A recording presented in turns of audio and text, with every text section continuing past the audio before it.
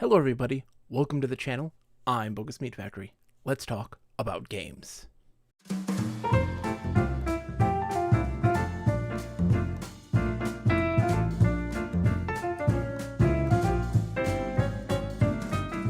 Before we begin the episode, I said in my previous episode about video game values that I want to hear from you about games that you valued.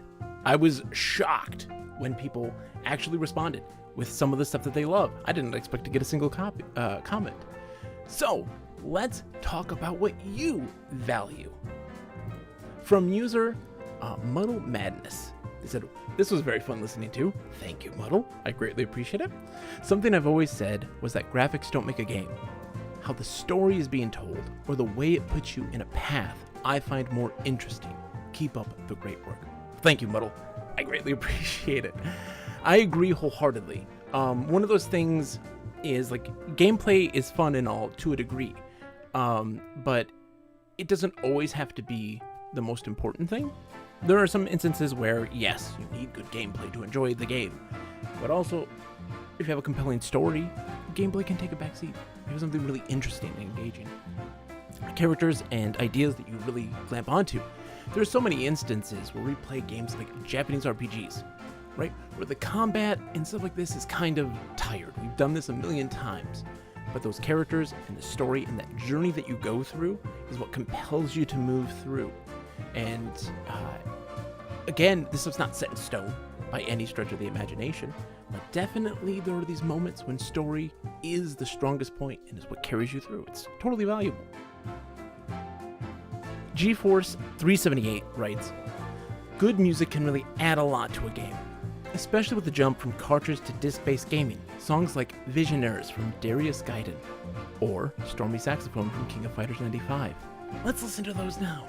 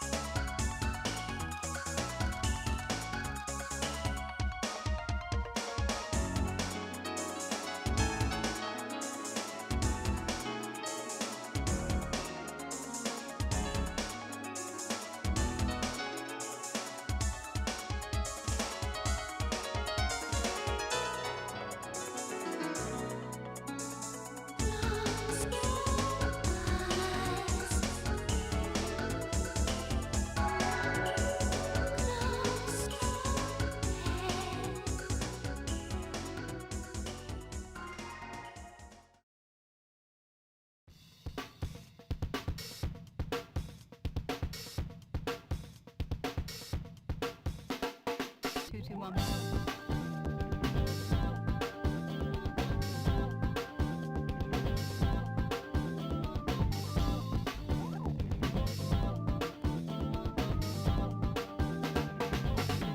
Baker Street.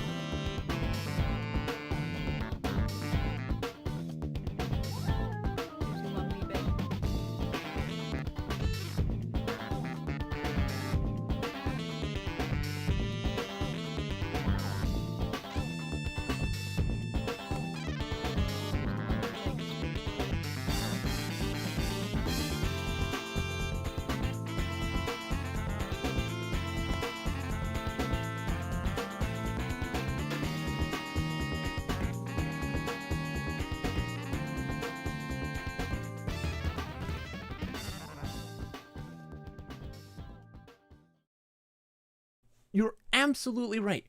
What's great about music is that it is something that it sets expectations, it preps you emotionally and mentally for what's to come. It kind of sets the tone and stage for the events and is one of the most effective tools for evoking emotion, right? But I will say this, there are some instances in video games where people use music to kind of force an emotion without backing it up with the game itself. I also wanted to bring up on my co-host, which will have a link in the description, my good friend, MDisc Playlist.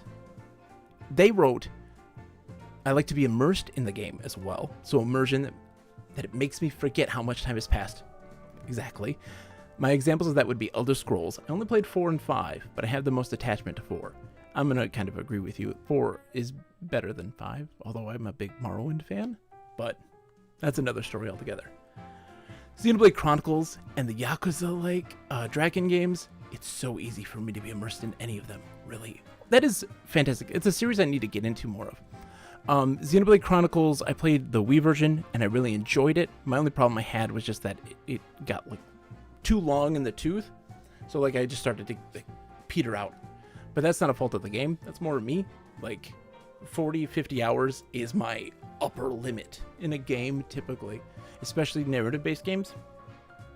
But I know they're beloved, and I need to play more Yakuza. I only played the PlayStation 2 one, so I need to go into it big time. They also find enjoyment in games if the fun factor is there. Like if there's a game that makes me so excited to play each time because I know I'll have a good time regardless of how good or bad I actually do in the game.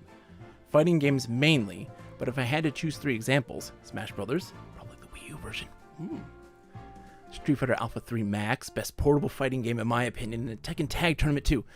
That's a thing. That is so right. There is something about multiplayer games in that regard where you can sit down and play a couple matches and just feel like you're having a good time. Dragon Ball The Breakers recently has been huge for me. Like I've been spending a lot of time playing that game. It's not a good game, but I'm having fun with that game. Like a lot of fun. And I've put in like 40 hours into that game. It's weird. I complain about like narrative games being like 40 hours is my upper echelon, but a game like Dragon Ball The Breakers or Halo Infinite, I can sit there and pump 100 hours into and never feel bad about it because there's just this other random element to it that just engages you more, which is interesting. They continue with, and there's the production. How every single part of the game comes together in a way that is fun to play and makes me completely mesmerized at how the game looked, sounded, and how the story was told. All from the very beginning to the very end. Examples would be The Legend of Zelda Link's Awakening, Chrono Cross, and Journey. And honestly, those are actually the only 3 games that have made me feel the way I do about the production in games. Let's talk about production in games, like everything coming together perfectly. There's been a few instances of this for me. One of them big time is the game Mirror's Edge. That was a game that was a first-person parkour game that had some action elements to it, and it was a beautiful combination of game mechanics, music, and art design. And that art design really helped guide players and inform players in such a really great way. I think that game in particular was a really great example of everything coming together to make a really outstanding game for me. And so, yeah, those moments when everything about it merges, there's all these different fronts that just get put together and all the pieces fit. That's incredibly, incredibly powerful. So that's it for those guys. Thank you so much for the comments. I really do appreciate it. And we will open up for comments in this next episode coming up right now.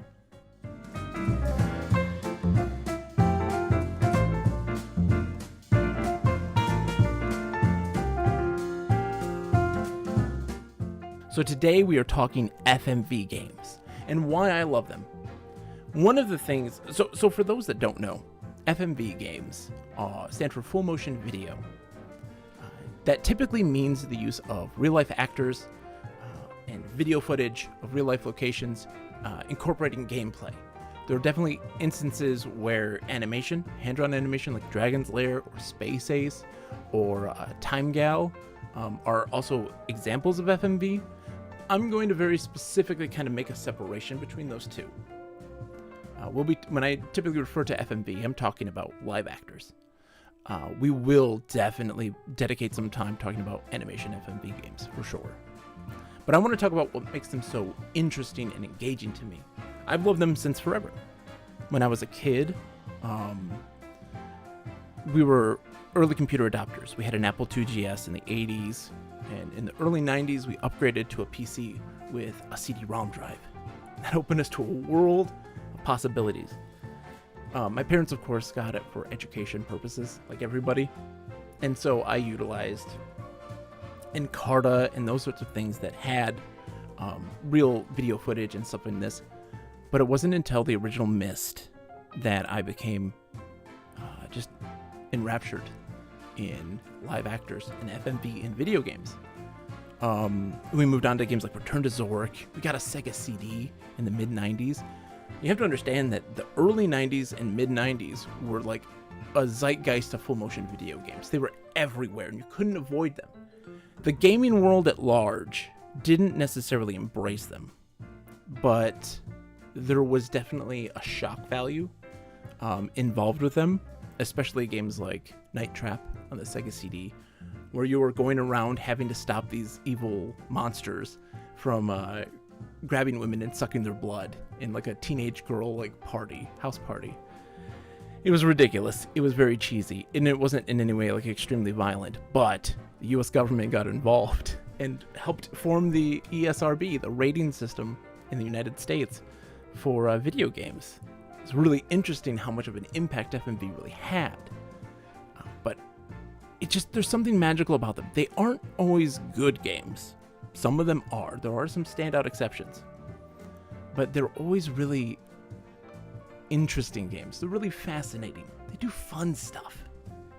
And I want to point out 3 of the big reasons as to why I love FMV games.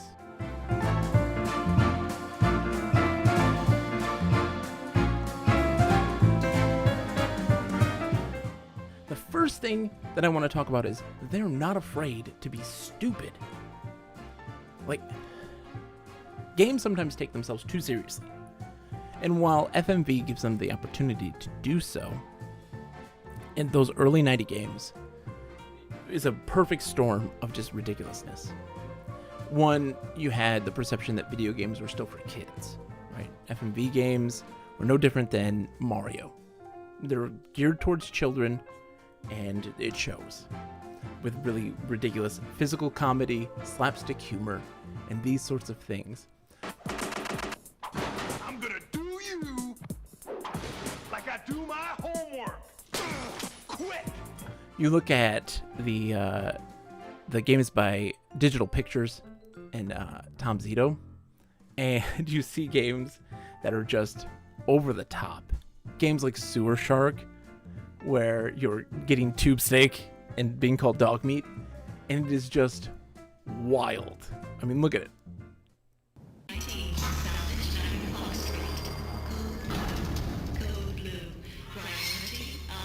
Another crash and burn.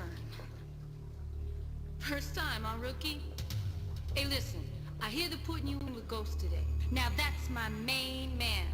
Greatest co-pilot to ever shoot the tubes. Give him your best stuff, and he'll keep you flying. Maybe all the way to Solar City, huh? Pilot Valgo to launch Phase 7. Valgo to launch Phase 7. Shoot time. I'm Falco. You'll be hearing from me.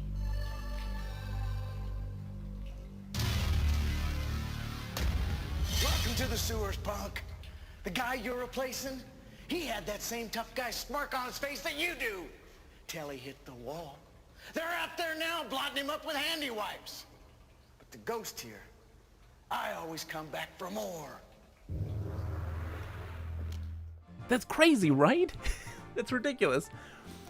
But it's fun. And like, I also point out the American Laser games. They put out a lot of FMV shooting gallery games in arcades. Games like Crime Patrol, Space Pirates, and Gallagher's Gallery. There were games that were entirely in full motion video, where it wasn't just cutscenes and these sorts of things, but they had a lot of comedy, a lot of slapstick humor, but also a little extra bit of laze They were a little bit lazy in their development, and so little silly things would pop up that you just loved to see. Like you could see the camera in the reflection of windows, and the movement of time where they spent all day filming this, and the clouds have moved, but they're all intercut so that you'll see the clouds just popping up all over the place. It's just silly. They're not afraid to be dumb. And it kind of weaves into like comedy in general. Comedy's incredibly nuanced. It's very tough for you to pull off comedy in video games. Part of that reason is because we have a minutia of body language. Our body's moving all the time. Our face is moving in a lot of weird and unexpected ways that can't necessarily be captured in motion capture and 3D models and these sorts of things. So it's a very easy thing to miss out on, and we have to typically rely a lot on writing and dialogue and voice acting to put comedy to good use. You see those sorts of examples in games like Psychonauts. Where'd you get the milk? From the goats? Oh, yeah, that would have been easier. Hey, it brought us closer, Fran. But with full motion video, you're capturing the full human experience. The body language is there, and comedy comes out a lot more, even if it's a situation where the acting is just terrible. But that's part of the allure. And that feeds into, of course, like in the early 90s, they were getting anybody they could. It would be video game developers, like the development team showing up, and just any person who answered a phone call, like just took the job, got put in a silly costume, was put on set, and had to flail around for a little bit. The acting quality, not necessarily the best, but the result is absolutely magical.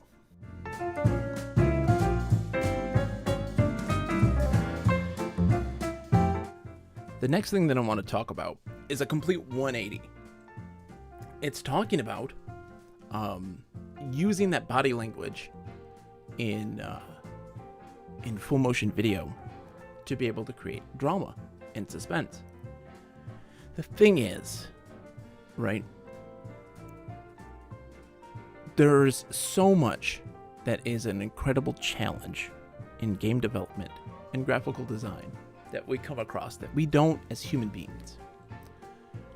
Characters in contact with each other, romantic moments and suspenseful moments, these sorts of things can get completely hindered or lost because of graphics. We look at games like Gabriel Knight 2. You can see as the game progresses, these characters change over time and how they form relationships. These connections that they have is heightened and enhanced because they're using live actors instead. There are these moments where there are scenes of characters bonding, and these looks that they give each other are very innately human, and we connect because of that. But there's always that disconnect with graphical video games. There's always these little things that happen. Like, for instance, a change to a scene, and you can see that the game is rendering the physics of things like clothing or sheets. Just a fraction of a second where things just kind of glitch. Or moments where just plain out graphical glitches happen and destroy the scene altogether. So, is this your new persona? Sir Edward of Havana rescues damsels in distress. And does it suit me, Mopsy? The more we get complex graphics, the more likely they are to fail on us, and it destroys that ability to connect. So FMV wipes those things away. We've seen a renaissance of more modern games picking up FMV for, again, very particular genres, but games like Her Story, which was an absolutely stellar game where you're going through police footage of an interview with a woman who is accused of murdering her husband, and you are typing in keywords that were said in little snippets of video to kind of get a full picture, to search this database and get a full picture of what had happened. And the woman's performance is absolutely stellar. But it would seem so lost. It wouldn't seem the same if we used graphics instead in 3D models. It just wouldn't be the same. We look at games like Quantic Dream games, Heavy Rain, and Detroit Become Human. They really emphasize drama and story. But because of 3D graphics, because of, limitations in technology, a lot of that drama and intimacy gets lost. There's definitely moments where you see like characters kiss or embrace, and it doesn't look right. They don't truly connect. It's just kind of like they're, just touching, but not actually. So that emotion gets lost. So it's important. I think that FMV has a value there.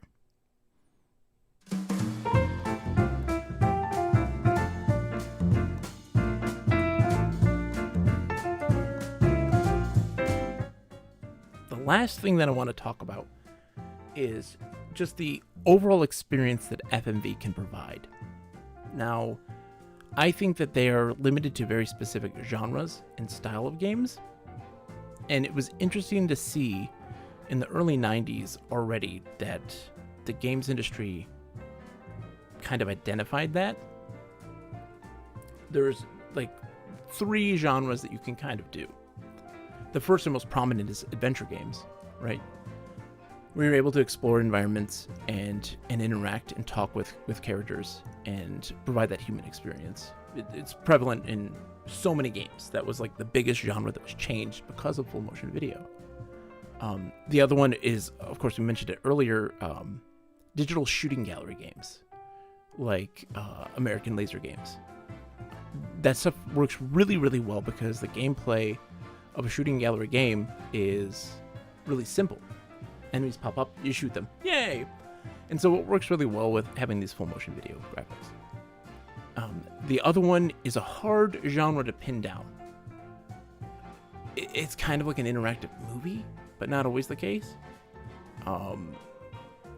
We have games like Night Trap and Double Switch.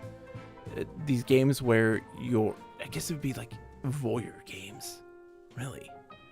You're using a camera to look in different rooms and areas and interact with the environment kind of more passively. That's something that I would even say like something like Her Story kind of fits into. It's more about investigating footage and things that are already kind of there. It's a hard genre concept to like describe. But FMV isn't going to be the best for like first-person shooters. They use those sort of things from time to time in cutscenes, sure, absolutely.